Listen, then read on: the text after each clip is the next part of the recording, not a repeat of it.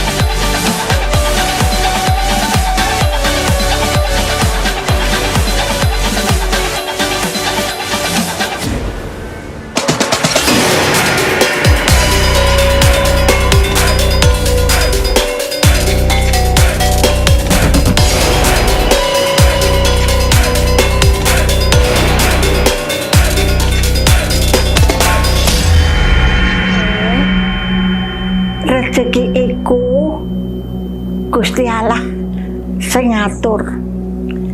Nanging kowe ya kudu tetep ikhtiar. Duitmu tabungan kanthi gemi setiti lan nastiti ben uripmu ayem ing tembe mburine. Apa wae urusanmu bakal kasembadan lan gangsar.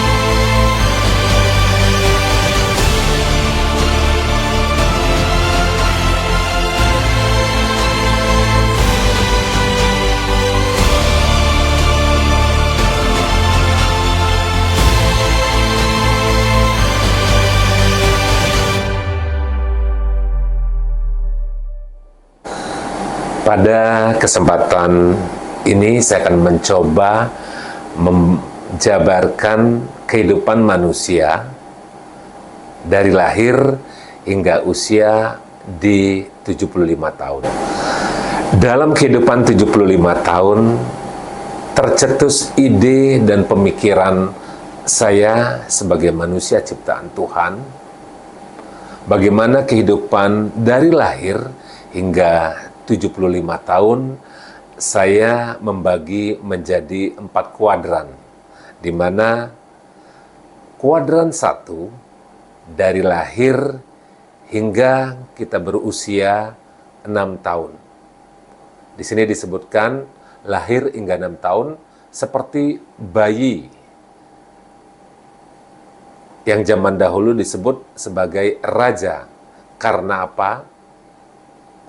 Namanya balita, permintaan-permintaan apapun akan dipenuhi oleh orang tua demi anaknya yang tercinta. Ini disebut kuadran 1. Kita lanjut ke kuadran yang kedua, di mana usia dari 7 tahun hingga 21 tahun. Kuadran kedua ini lebih banyak bercerita bagaimana kita sebagai manusia untuk mengenyam pendidikan dari tingkat TK, SD, SMP, SMA, hingga kuliah di sarjana. Kali ini saya kunci sampai dengan strata 1 atau sering disebut S1.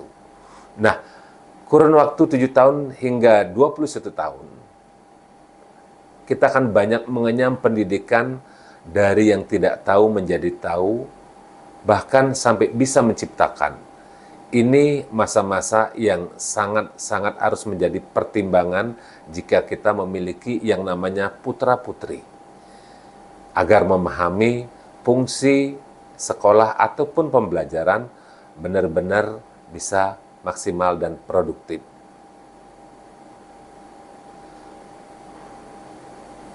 Kita akan lanjut ke kuadran yang ketiga. Kuadran ketiga ini mulai dari 22 tahun hingga mencapai 56 tahun. Kenapa kuadran ketiga 22 hingga 56 tahun? Karena usia inilah yang sangat produktif bagaimana manusia itu ada di dunia ini dengan tujuan melanjutkan keturunan. Setelah kita menamatkan perkuliahan S1, kita akan lanjut jenjang untuk bekerja. Bekerja untuk mendapatkan penghasilan berupa uang yang akan digunakan membiayai hidup kita sampai dengan di tingkat pensiun. Usia 56 saya ambil sebagai masa-masa usia di saat pensiun. Dan kuadran yang keempat, dari usia 57 tahun hingga kita kembali ke alamnya. Nah, pembahasan kali ini saya akan lebih concern terhadap kuadran ketiga, di mana kuadran ketiga ini sangat produktif kita untuk bekerja, kemudian melanjutkan jenjang pernikahan, kemudian melanjutkan juga dengan putra-putri tercinta hingga menjadi kakek dan nenek. Sebagai makhluk ciptaan Tuhan, berdasarkan dari survei, beberapa survei menyampaikan bahwa usia manusia di Indonesia pada tahun 2023 hingga mencapai 75 tahun. Manusia sebagai makhluk ciptaan Tuhan berkedudukan sama di hadapan Tuhan Yang Maha Esa. Manusia dianugerahkan akal budi dan hati nurani sehingga mampu membedakan yang baik dan yang buruk, serta mempunyai kebebasan untuk memutuskan sendiri perilaku dan perbuatannya. Di dalam dunia kepemimpinan organisasi, ada satu konsep yang mampu merubah paradigma secara menyeluruh, yaitu kepemimpinan transformasional.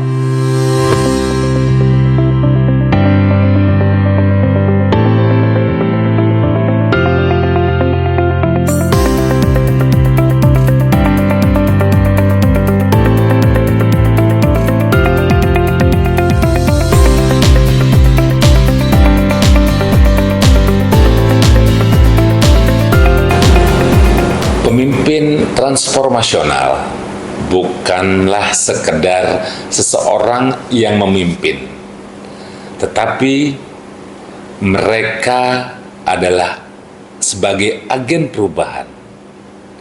Mereka memiliki visi yang jelas dan mampu memotivasi anggota tim untuk mencapai tujuan yang lebih baik.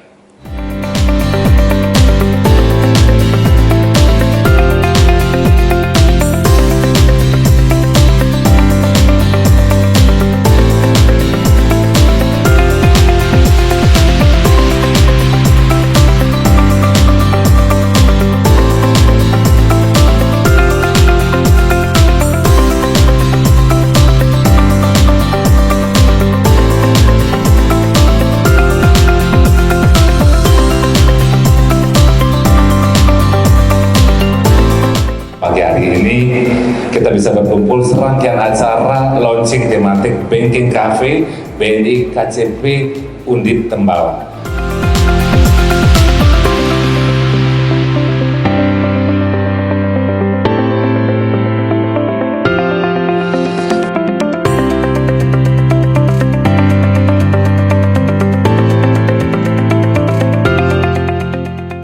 Mereka tidak hanya memimpin dari atas, tetapi juga turun ke level personal. Mereka memberikan dukungan, memberdayakan, dan peduli terhadap perkembangan individu dalam suatu tim.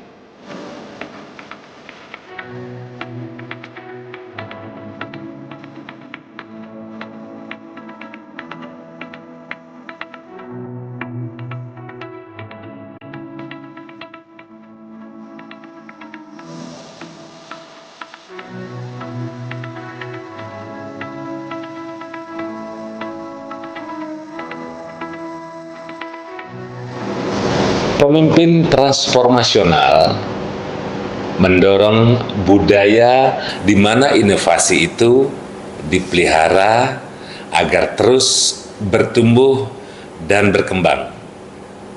Mereka memberikan stimulasi intelektual untuk mendorong anggota tim agar senantiasa berpikir kreatif dan out of the box.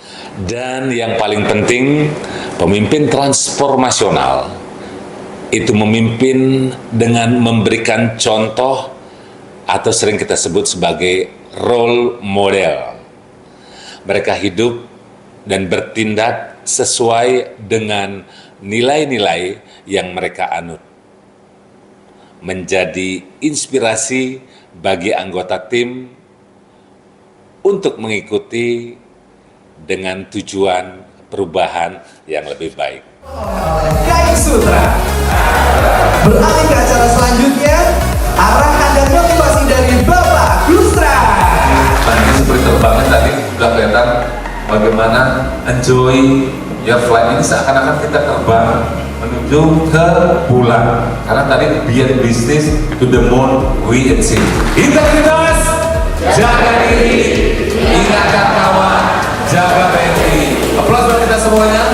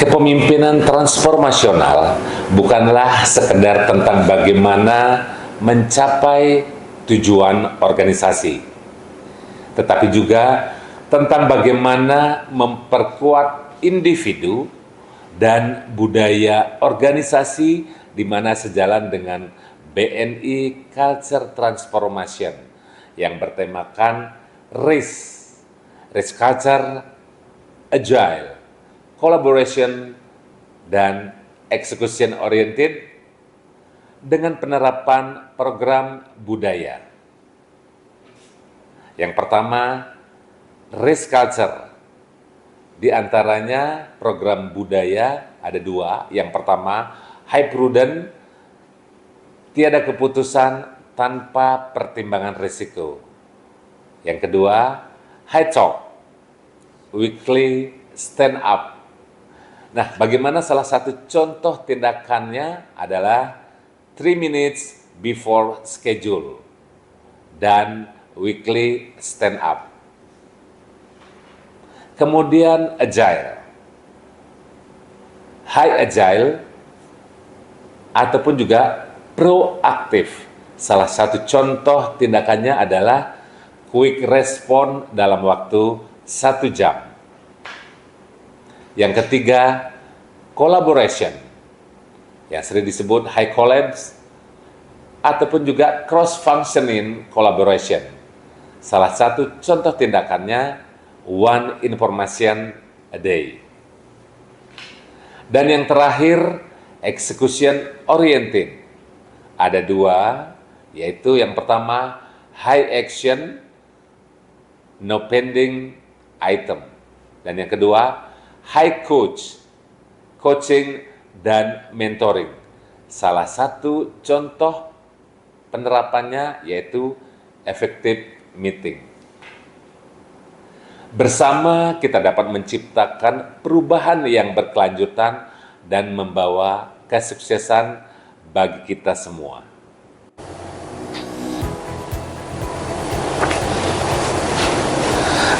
Bermodalkan teori yang saya dapatkan dari sekolah, kuliah, dan beberapa sumber-sumber lain. Dengan pemahaman yang saya miliki dalam memaknai kehidupan dari lahir hingga di usia yang ke-75 tahun. Manusia pada fase kuadran ketiga, dalam hal ini di usia yang ke-22 tahun hingga mencapai 56 tahun, menjadi fokus dalam kehidupan, di mana wajib bisa memastikan kehidupan berkeluarga memiliki bekal ataupun modal yang baik dan harus memastikan jaminan di masa tua untuk hidup lebih sejahtera. Dengan rasa empati dan transformasi, mendorong saya dan tim untuk melakukan inovasi dalam tujuan mendorong kinerja, sekaligus memberikan literasi dan edukasi keuangan kepada masyarakat untuk memberikan pengaruh yang baik dalam kehidupan.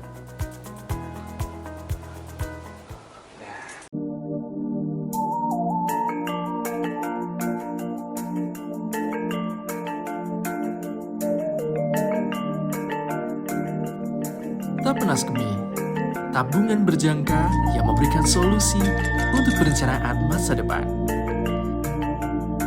Terinspirasi dari budaya Jawa di mana Kemi memiliki arti hemat.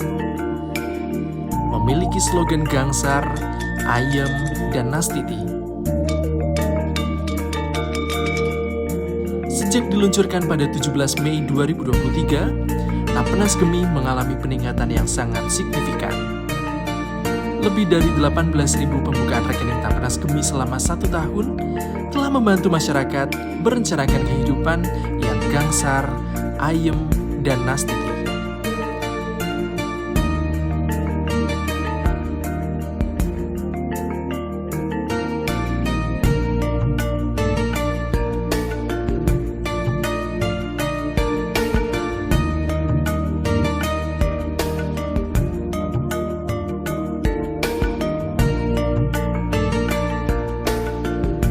ambal warso tak penas kemi.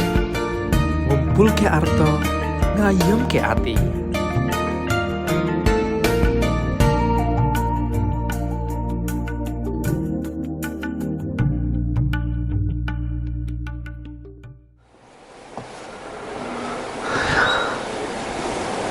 Gangsar ayam Nastiti yang sering disingkat dengan Gemi menjadi inovasi dalam menghadapi rencana secara finansial dalam menghadapi kebutuhan kehidupan yang dilakukan pendekatan dengan kearifan lokal di daerah masing-masing.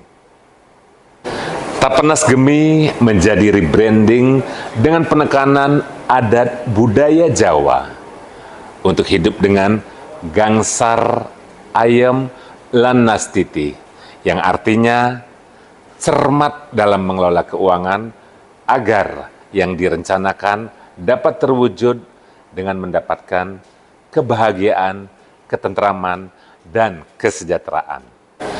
Gemi langsung dapat memberikan gambaran sekaligus ajakan untuk menabung dalam menghadapi kebutuhan yang identik dengan kebudayaan adat Jawa seperti akikah, khitanan, menikah, kurban, serta umroh.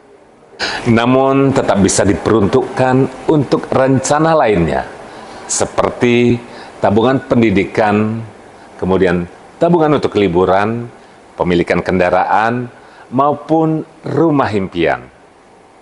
Dengan Gemi ini, kami sebagai agen pembangunan dengan misi BNI untuk membudayakan menabung dan mengurangi budaya masyarakat yang harus menjual aset untuk memenuhi kebutuhan tradisi, adat, dan budaya.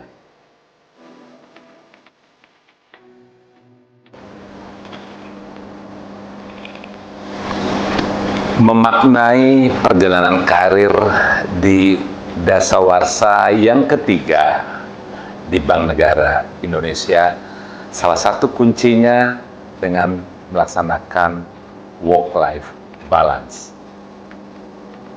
Work-life balance menjadi salah satu kontrol diri dalam mengatur pola kerja atau workload agar seimbang antara pekerjaan dan kehidupan pribadi yang memiliki tujuan untuk mencapai kesejahteraan yang optimal baik secara fisik, mental, dan emosi.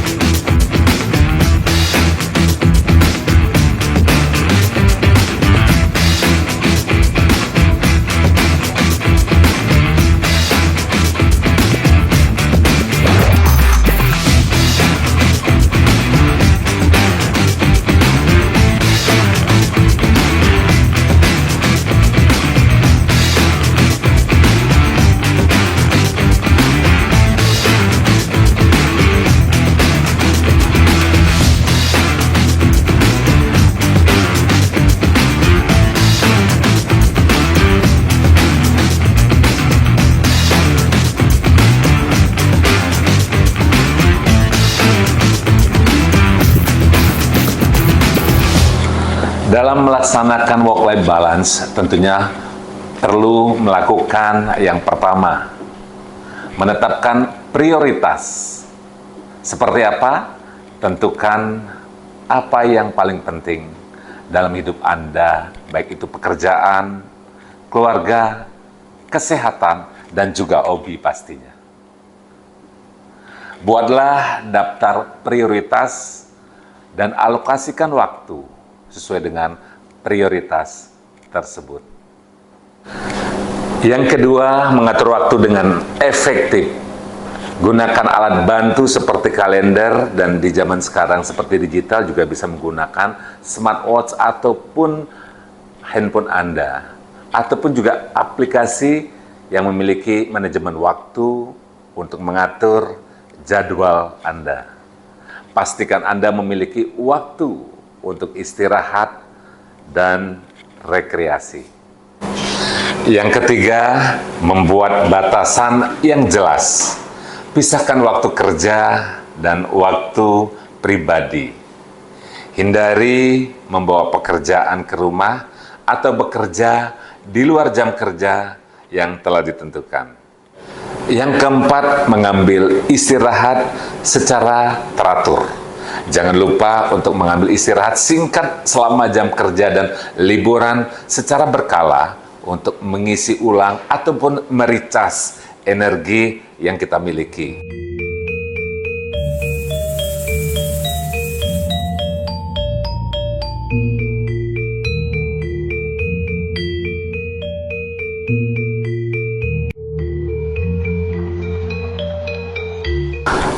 Ketika kita sudah menerapkan hobi sebagai work-life balance, pun bisa menjadi potensi dalam menggali relasi dan bisnis komunitas. Berbekal keyakinan, optimis, pengalaman, dan tentunya ilmu pengetahuan serta wawasan yang didapat di BNI selama 29 tahun, dari tahun 1995 hingga saat ini, saya Igusti Nyoman Dharma Putra mengajak segenap high movers untuk selalu berkarya, berprestasi, dan pastinya menginspirasi. Tidak ada yang tidak bisa, yang ada tidak mau. Jaga diri, ingatkan kawan, jaga BNI.